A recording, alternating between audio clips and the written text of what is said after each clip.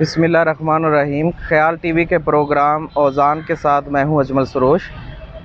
آج کے اس چوتھے لیکچر میں جو علم عروض کے اصولوں پہ مبنی ہے، تو اس چوتھے لیکچر میں بحر متقارب کا ایک مضاعف وزن جو ہے، جو مستعمل ہے، اساتذہ نے اس میں کلام کہا ہے، وہ سمجھانے کی میں کوشش کروں گا۔ اور پھر اس کے بعد بحر متقارب ہی سے جو دوسری ایک بحر نکلی ہے، بحر متدارک، اس کے آہنگ پہ میں بات کروں گا۔ یہ وزن میں نے لکھا ہے بحر متقارب کا، بحر متقارب مسمن۔ آگے میں نے سالم نہیں لکھا کیونکہ اب وہ مضاعف وزن جو ہے وہ نیچے میں نے لکھا ہوا ہے، اس کا اوپر جو ہے نام آئے گا، تو لہٰذا بحر متقارب مسمن سالم کا جو وزن ہے فعول فعول فعول فعول۔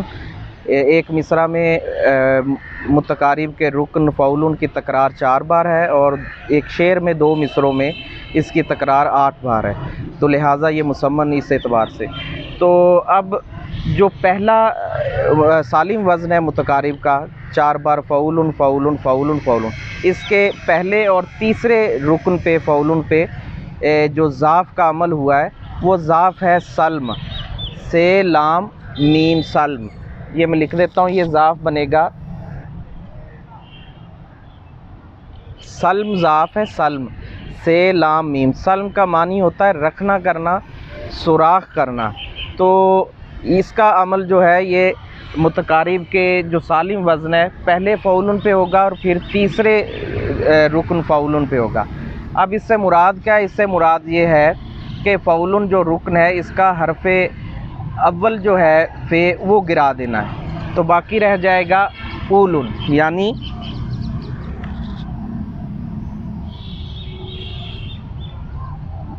فعول کا حرف اول جو وتد مجموع ہے فعو، اس کا حرف اول فے جو ہے وہ گر جائے گا، باقی رہ جائے گا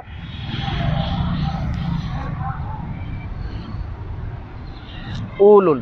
اب اولن کو اس کے ہم وزن لفظ فالن کے ساتھ بدل دیں گے، اولن فالن۔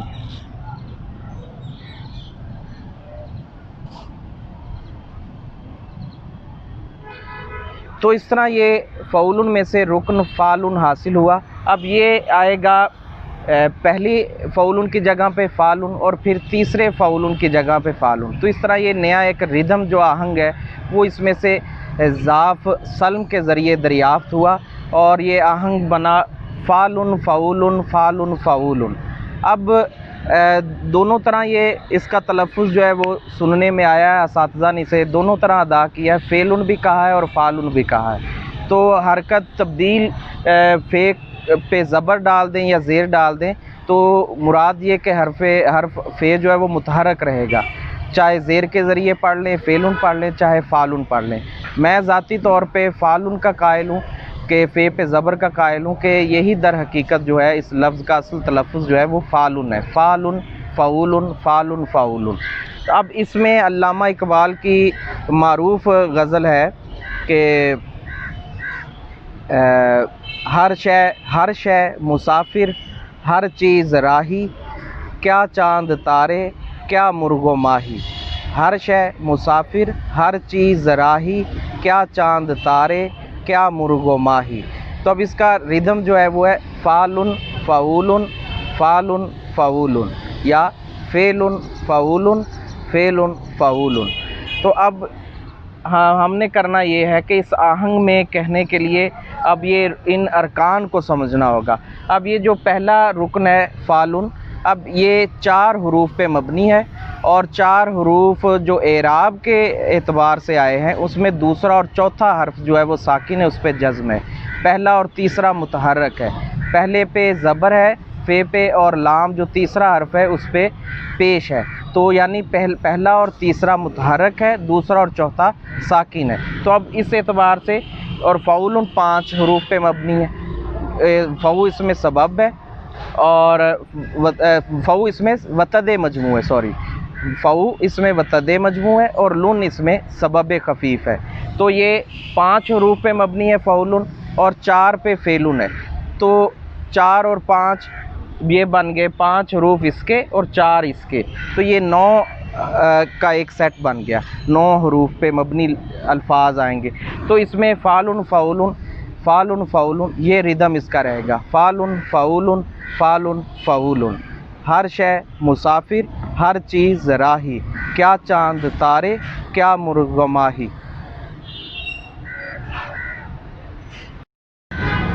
تو یہ جو بحر متقارب کا ایک مضاعف وزن ہے، اب یہ اس کی میں وضاحت کر دیتا ہوں۔ بحر متقارب مسمن اسلم، اب اسلم یعنی یہ مضاعف وزن ہے، اب یہاں سالم نہیں آئے گا کیونکہ یہ متقارب کا سالم وزن نہیں ہے بلکہ مضاعف وزن ہے، یعنی وہ وزن ہے جو زحاف کے عمل سے حاصل ہوا ہے۔ تو اب یہ ایک سلم زحاف ہے، تو سلم کے ذریعے فعلن فعولن سے ہمیں دریافت ہوا، تو یہ نیا آہنگ بن گیا، فالن فعولن فالن فعولن۔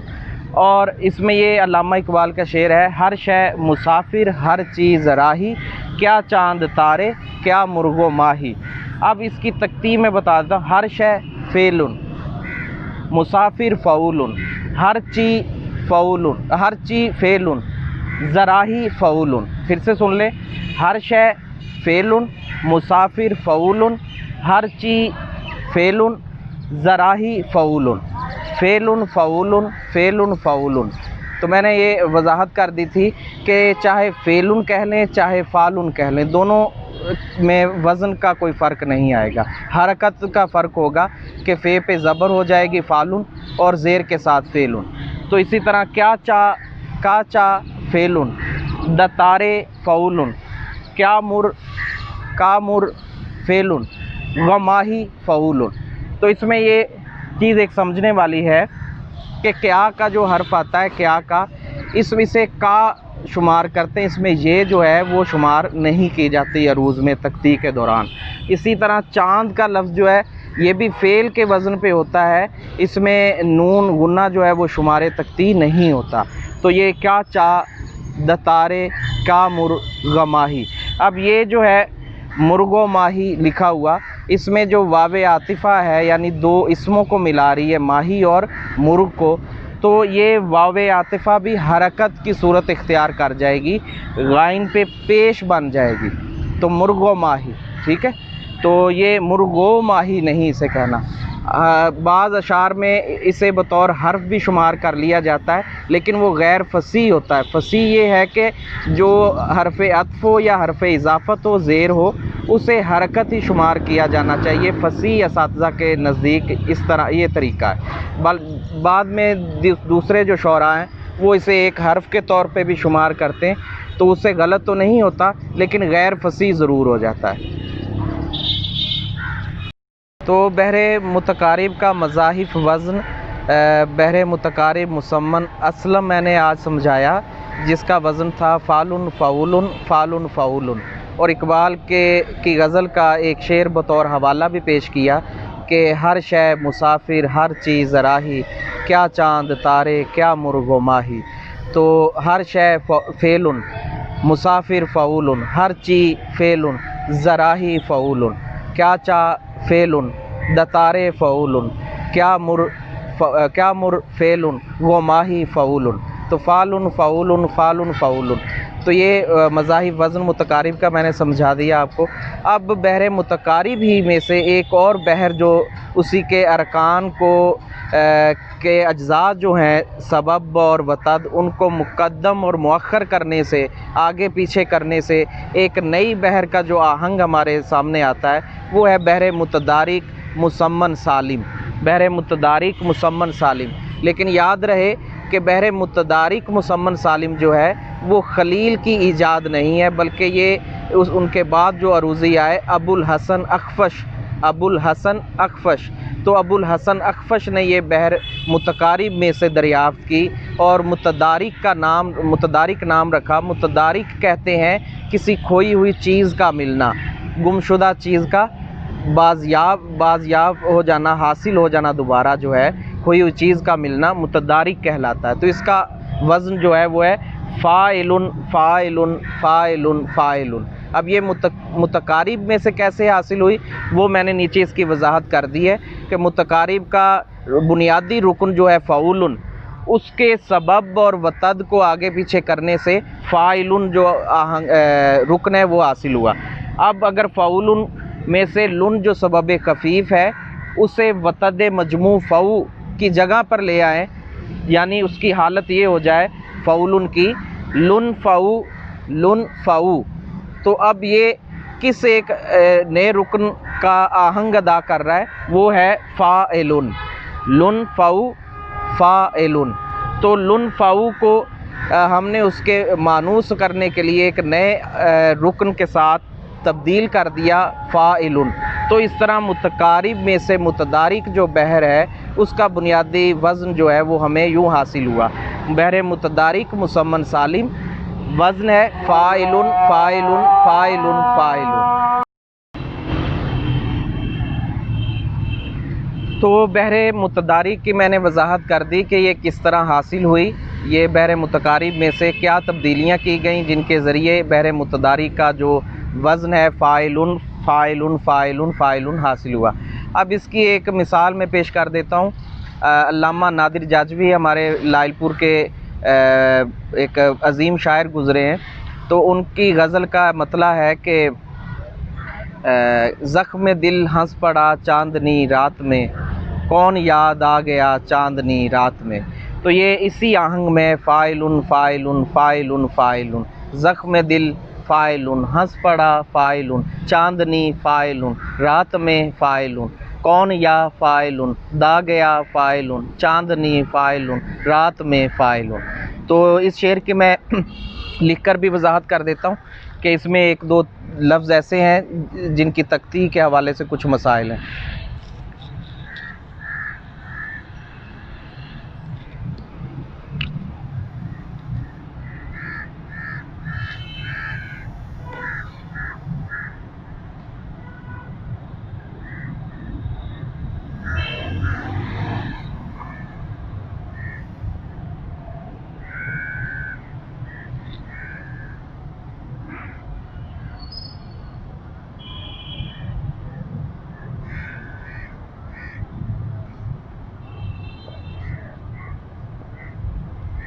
تو یہ شعر ہے